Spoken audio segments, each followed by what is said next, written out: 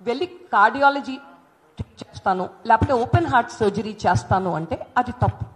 ఎందుకంటే నా స్పెషలైజేషన్ అది కాదు. నా స్పెషలైజేషన్ డర్మటాలజీలో ఉంది. సో నేను రెస్పెక్టబుల్ డర్మటాలజిస్ట్ని, కానీ నేను cardiovascular surgery open heart surgery చేస్తే నన్ను క్వాక్ అంటారు. సో ఐ హోప్ అందరికీ అది క్లియర్గా అర్థమై ఉండాలి. తర్వాత అసలు ఎందుకు ఈ క్వాకరీని ఫైట్ చేయాలి?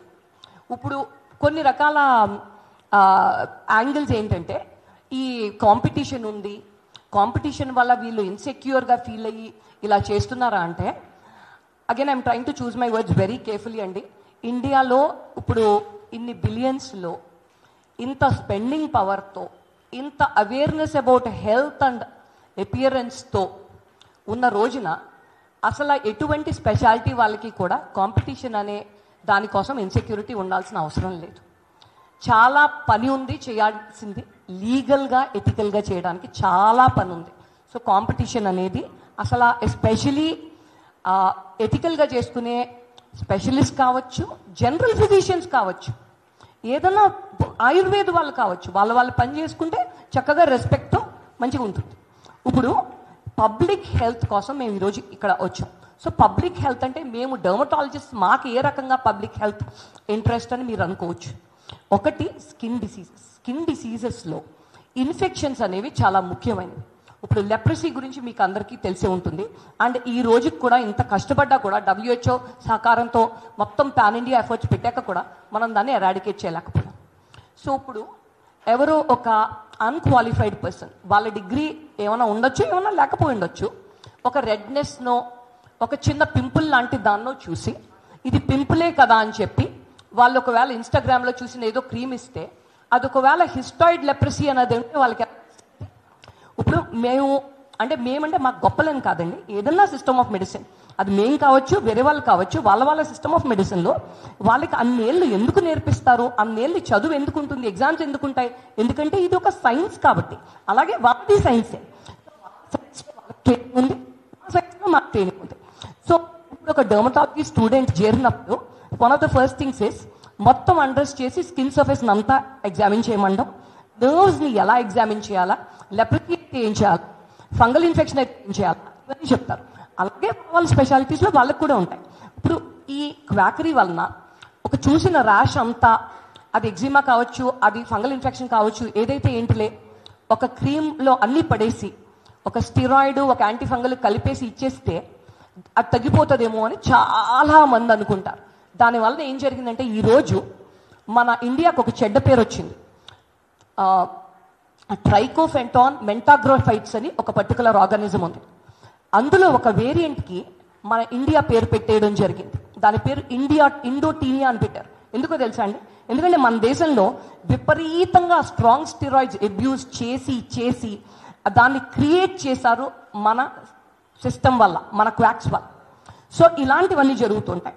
రెండు సరే ఇన్ఫెక్షన్స్, ఇప్పుడు చాలామంది అంటూ ఉంటారు మేము ఇన్ఫెక్షన్స్ ట్రీట్ చేయం, మేము ఉత్తి ఎపియరెన్స్నే ట్రీట్ చేస్తాం, మేము బ్యూటిఫికేషన్ ఉత్తి పీల్స్ చేస్తాం, లేజర్స్ చేస్తాం, ఇంకా బోటాక్స్ చేస్తాం, ఫిల్లర్స్ చేస్తామని చెప్తూ ఉంటారు.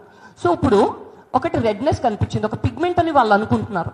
ఆ పిగ్మెంట్కి కారణం ఎడ్రినల్ ఇన్సఫిషియన్సీ, అంటే అదొక సీరియస్ ఎండోక్రైన్ ప్రాబ్లం, దానివల్ల మనుషులు చనిపోవచ్చు. అదా లేకపోతే ఎండలోకి వెళ్ళడం వల్ల నల్లగా వాళ్ళకి ఎలా తెలుస్తుంది? అది దాని సిస్టంలో చదివితే తెలుస్తుంది. సో ఇప్పుడు సింపుల్ హెయిర్ లాస్ ఉంది. హెయిర్ లాస్ ఐరన్ డెఫిషియన్సీ వల్ల కావచ్చు, లేకపోతే పోస్ట్ డెలివరీ వల్ల కావచ్చు, ఎనీమియా వల్ల కావచ్చు, or something like lupus, systemic lupus erythematosus అని ఒకటి ఉంటుంది, దానివల్ల మనుషులు ప్రాణాలు కూడా పోవచ్చు. సో హెయిర్ లాస్ అనేది, ట్రైకాలజీ అనేది చాలామంది చెప్పుకుంటున్నారు.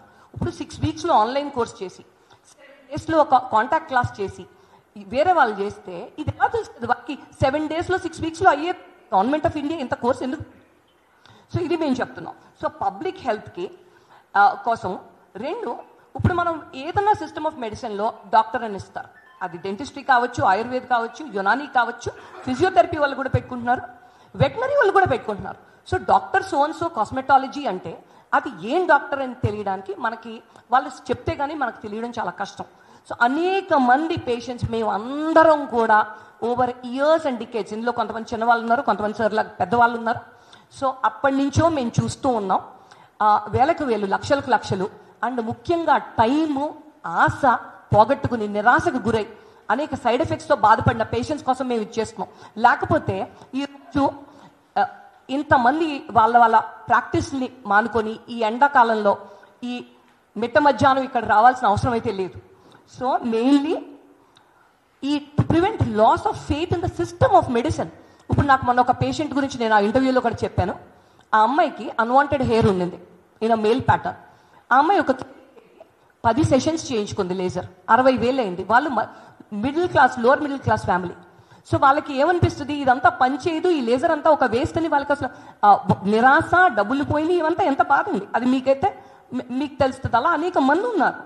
తర్వాత చాలామందికి ఎమోషనల్ ట్రామా, ఫైనాన్షియల్ లాస్ ఇవన్నీ జరుగుతున్నాయి. సో ముఖ్యంగా ఈ యాంటీ క్వాకరీ అనేది చేసేది ఎందుకంటే పబ్లిక్ హెల్త్ కోసం, to prevent anti microbial resistance from coming. ఎందుకంటే ఇప్పుడు మన ఎవరో చెప్తున్నారు మెథోట్రెక్సేట్ అనేది ఒక సీరియస్ క్యాన్సర్కి వాడే మెడిసిన్. అది మేము స్పెషలిస్ట్లో అది సొరాసిస్కి వాడతాం, అది కొన్ని వేరే స్కిన్ డిసీజెస్కి వాడతాం. అది దాన్ని ఎవరో పింపుల్స్కి ఇచ్చారు, మరి ఎందుకు ఇచ్చారో నాకు తెలియదు. తర్వాత ఒక మెడిసిన్ ఉంటుంది, దాని పేరు ఐసోట్రెటినాయిడ్. అది అది వేసుకున్న వాళ్ళకి, లేడీస్కి ప్రెగ్నెన్సీ వస్తే ఆ బేబీకి పర్మనెంట్ బర్త్ డిఫెక్ట్స్ వస్తాయి. అలాంటి ప్రిస్క్రిప్షన్స్ ఉన్నాయి. ఇన్సిడెంటలీ ఈ పర్టికులర్ది ఒక బీడీఎస్ డాక్టర్ ఇచ్చింది, మా ఎవిడెన్స్ ఉంది. సో ఇప్పుడు ఆ బాధ్యత ఎవరిది? ఇప్పుడు మేమేమనుకుంటున్నామంటే, ఇప్పుడు గవర్నమెంట్ మా చదువుకంతా ఇవన్నీ ఇన్ఫ్రాస్ట్రక్చర్ని క్రియేట్ చేసింది. సో దానికి we want to give back to the society, and దానికోసం మేము ఇదంతా చేస్తున్నాం. సో ఈ ప్రివెన్షన్ స్ప్రెడ్ ఆఫ్ మిస్ఇన్ఫర్మేషన్, ఎందుకంటే ఇన్స్టాగ్రామ్ ఇవన్నీ మీరు చూస్తూ ఉన్నారు, ఎంత ర్యాపిడ్గా ఒక వార్త, అది తప్పు అవ్వచ్చు, అది కరెక్ట్ అవ్వచ్చు, వేగంగా వెళ్ళిపోతుంది. అని మీరు అబ్జర్వ్ చేస్తే తప్పుడు వార్తలు ఎక్కువ వేగంగా వెళ్తూ ఉంటాయి. సో దానికోసం మనం మిస్ఇన్ఫర్మేషన్ని, తప్పు ఇన్ఫర్మేషన్ ఎలాగా ఫైట్ చేయగలుగుతాం? By giving the right information. అందుకని మేము ఈరోజు మీ ముందుకు వచ్చాం. తర్వాత లా ఏం చెప్తుంది, నేషనల్ మెడికల్ కౌన్సిల్ అనేది ఏమని డెఫినేషన్ ఇచ్చింది, అది నేను అక్కడ రాసి పెట్టాను. Treatment of skin, hair, nail concerns అంటే డిసీజెస్ అనే కావు, దానికి సంబంధించిన ఎటువంటి కన్సర్న్ ఉన్నా కూడా,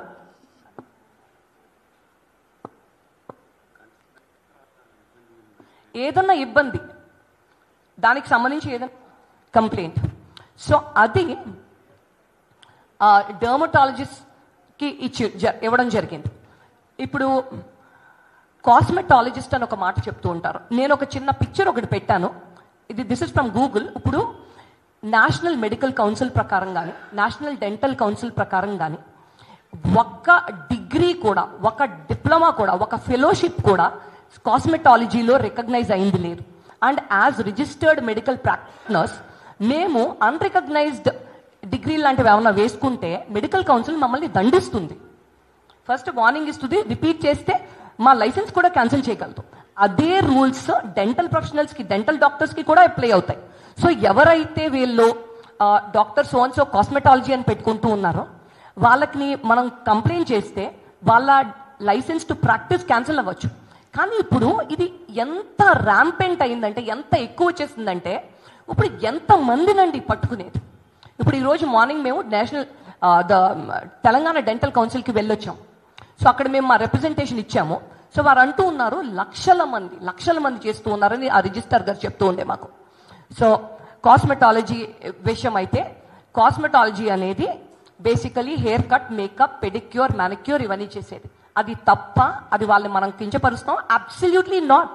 ప్రతి ప్రొఫెషన్ కూడా, ప్రతి ప్రొఫెషన్ ఏంటి, ప్రొఫెషన్ కాకుండా ఒకవేళ హోమ్ మేకర్ ఉంటే వాళ్ళని గౌరవించమా? అందరినీ గౌరవిస్తాం మనం. ఓన్లీ థింగ్ ఇస్, ఇప్పుడు మీరు విలేకరులు, మీరు మీ పని చేస్తారు, నేను ఒక డాక్టర్ని, నేను నా పని చేస్తాను. అలాగే డెంటల్ డాక్టర్ వాళ్ళ పని చేస్తారు. మేము అంతకంటే ఎక్కువ అన్నది లేదు. తర్వాత ఈ డెంటిస్ట్లు అనేవాళ్ళు, డెంటల్ డాక్టర్స్ అనేవాళ్ళు, వాళ్ళ స్కోప్ ఆఫ్ ప్రాక్టీస్ ఏంటి అని కూడా నేను రాసున్నాను. సో డెఫినేషన్ ప్రకారం ఏంటంటే, డెంటిస్ట్ అంటే డెఫినేషన్ ఏంటి, డెంటిస్ట్రీ అంటే డెఫినేషన్ ఏంటి, ఇవన్నీ కూడా నేషనల్ డెంటల్ కౌన్సిల్ యాక్ట్లో ఆల్రెడీ క్లియర్గా డిఫైన్ చేయడం జరిగింది. ఇందులో వాళ్ళు కొంతమంది ఏంటంటే కాస్మెటాలజీ అనేది మేము లైసెన్స్డ్, మేము చేసుకోవచ్చు అని చెప్పి కొన్ని ఒకలాంటి ఒక ప్రాపగాండా స్టార్ట్ చేశారు. సో అది నిజమైంది కాదు. సో ఉత్తి MDS in OFMS that is oral facial and maxillofacial సర్జన్స్కి మాత్రమే ఒక నోటీస్ ఇవ్వడం జరిగింది డెంటల్ కౌన్సిల్ ఆఫ్ ఇండియా. దాన్ని కొన్ని మా ఆర్గనైజేషన్స్ అది కోర్టులో ఫైట్ చేస్తున్నాం. దాని గురించి మనం ఇక్కడ మాట్లాడేది లేదు, ఎందుకంటే అది సబ్జుడీస్ అంటారు. కోర్టులో ఉన్న విషయం గురించి మనం మాట్లాడడం, అది కోర్టు డిసైడ్ చేస్తుంది. సో ఎలాంటి కేటగిరీస్ ఆఫ్ క్వాకరీ ఉంటుంది అని చెప్పేసి నేను ఇక్కడ రాసి పెట్టాను. Any non doctor giving any medical advice or claiming to be allopathic doctor is called a quack. Or ఇప్పుడు ఒకవేళ ఒక ఎంబీబీఎస్ డిగ్రీ ఉన్న వాళ్ళు డర్మటాలజిస్ట్ అని పెట్టుకుంటే అది కూడా క్వాకరీ కింద వస్తుంది. ఎందుకంటే వాళ్ళకి MCI recognise degree in dermatology లేదు. ఇప్పుడు ఒకవేళ ఎవరన్నా ఎండి సేషల్స్లో చేస్తుంటే, సేషల్స్లో ఎండి డర్మటాలజీ ఒకటి ఉంది, వాళ్ళని ఇండియాలో డర్మటాలజిస్ట్ అనము. ఎందుకంటే అది మన నేషనల్ మెడికల్ కౌన్సిల్ అది రికగ్నైజ్ చేయలేదు. సో ఇప్పుడు నాకు డ్రైవింగ్ లైసెన్స్ 2 వీలర్కి ఉంది, 4 వీలర్కి ఉంది, కానీ లారీ డ్రైవ్ చేయడానికి లేదు. సో నాకు డ్రైవింగ్ వచ్చు, కానీ నేను లారీ డ్రైవ్ చేస్తే అది ఇల్లీగల్ అవుతుంది. సేమ్ వే ఇక్కడ కొంతమంది నవ్వుతున్నారు, I'm not going to laugh. So ఏదన్నా ప్రొసీజర్ అడిక్వేట్ ట్రైనింగ్ లేకుండా చేస్తే కూడా, అండ్ హెయిర్ ట్రాన్స్ప్లాంటేషన్ పర్టికులర్ సిచ్యుయేషన్స్లో చేస్తే కూడా, ఇందులో మేము ఎండిఎస్ ఇన్ మ్యాక్సిలోఫేషియల్ సర్జరీ కూడా ఇంక్లూడ్ చేసాం. వాళ్ళు చేసినా మేము ఎట్ దిస్ పాయింట్ ఏం చేయటం లేదు, ఎందుకంటే అది సబ్జెక్టీస్ కాబట్టి. అది దానికి మేమేం ఇప్పట్లో అభ్యంతరం చెప్పట్లేదు. కోర్టు వద్దంటే అది వేరే విషయం. సో ఇక్కడ ట్రైకాలజీ అంటే ఎవరు అసలు చేయాల్సింది? హెయిర్ ఎక్కడి నుంచి వస్తుంది? స్కిన్ నుంచి వస్తుంది. So dermatologist is the only true trichologist అని చెప్పి మాలో మేము కాన్ఫరెన్స్లు పెట్టుకుని మాలో మేము మాట్లాడుకుంటూ ఉంటాం. కానీ ప్రజల ముందు మేము అంత క్యాంపెయిన్ ఎప్పుడు చేయలేదు, and hopefully we will be starting. ఇక్కడ ఇంకొక స్క్రీన్ షాట్ యాడ్ చేశాను. మా ఓన్ మెంబర్స్కి రాసింది ఏంటంటే, మాలో కొంతమంది తెలుసో తెలియకో వాళ్ళ లైసెన్సెస్ని కొంతమంది ఇలాంటి కొంచెం క్లినిక్స్ ఉంటాయి కదా, అంటే where they are not very ethical. So అలాంటి వాళ్ళకి వాళ్ళని మాయ మాటలు చెప్పి వాళ్ళ డిగ్రీలు పెట్టుకొని వాళ్ళ లైసెన్సులు వాడుకుంటూ ఉంటారు. సో అలాంటివన్నీ ఉంటే you can seek hour help, మేము హెల్ప్ చేస్తాం అని చెప్పి మేము చెప్పడం జరిగింది. అలాగే చాలామంది అందులో మానేశారు కూడా. So lastly coming to the current controversy, ఆ వీడియోకి సంబంధించి ఒక 1 hour లాంగ్ వీడియో చేయడం జరిగింది. ఆ 1 hourలో ఒక సంభాషణలో 27 seconds అది ట్రాన్స్మిట్ చేయడం, అది ఫస్ట్ టెలికాస్ట్ చేశారు. ఆ తర్వాత ఫస్ట్ అబ్జెక్షన్ రాగానే విదిన్ 12 hours ఆ పర్టికులర్ క్లిప్ని తీసేయడం జరిగింది. కానీ ఆ క్లిప్కి కొన్ని lakhs of views వచ్చింది. అండ్ ఇనీషియల్గా అది సర్క్యులేట్ చేసింది కొంతమంది డెంటిస్టులు. వాళ్ళ ఇన్స్టాగ్రామ్ హ్యాండిల్స్ అవన్నీ కూడా మేము నోట్ చేసుకుని ఆల్రెడీ ఎఫ్ఐఆర్లో మెన్షన్ చేయడం జరిగింది. సో దీన్ని ఎందుకు చేశారు అంటే, ఇవాళ పొద్దున ఈ విషయం నాకు రిజిస్ట్రార్ గారు చెప్పారు, తెలంగాణ డెంటల్ కౌన్సిల్ రిజిస్ట్రార్. వారికి ఈ విషయం అంటే డెంటిస్ట్లో ఎంతమంది కాస్మెటాలజీ చేస్తున్నారు అన్న విషయం మేము మా రిప్రజెంటేషన్స్ ద్వారానే వారికి తెలిసింది. మేము లాస్ట్ ఇయర్ వారికి ఇచ్చిన ఒక లెటర్ కూడా నేను మెయిల్ చేపిస్తాను మీకు ఈ వెంకట్ గారి ద్వారా. సో అనేక మంది క్వాక్స్ వాళ్ళ క్లినిక్స్ మా ఎఫర్ట్స్ మూల, మా కలెక్టివ్ ఎఫర్ట్స్ మూల మూయించడం జరిగింది. వేరే వాళ్ళకి ఏమవుతుందంటే డర్మటాలజిస్ట్ని తీసుకుని లెజిటిమైజ్ చేయడం జరుగుతుంది, which is what we want. Finally మాకేం కావాలా? ప్రజలు సఫర్ అవ్వద్దు, ఎవరి పని వాళ్ళు మర్యాదగా ఎథికల్గా లీగల్గా చేసుకోవాలి. సో దానికోసం అనేసి. సో ఇక్కడ చూడండి, డెంటిస్ట్ అంటే ఎవరు, డెంటిస్ట్రీ అంటే ఏమిటి, ఎప్పుడు పబ్లిష్ అయింది, ఎక్కడ పబ్లిష్ అయింది,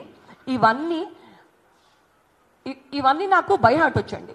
ఇప్పుడు డెంటిస్ట్ అన్న వాళ్ళు డిఆర్ అనే ప్రిఫిక్స్ చేసుకోకూడదా అన్న మాట అయితే, అంటే అంత తెలివిగా ఎంతవరకు వస్తామంటారా? అది ఉద్దేశమే కాదు.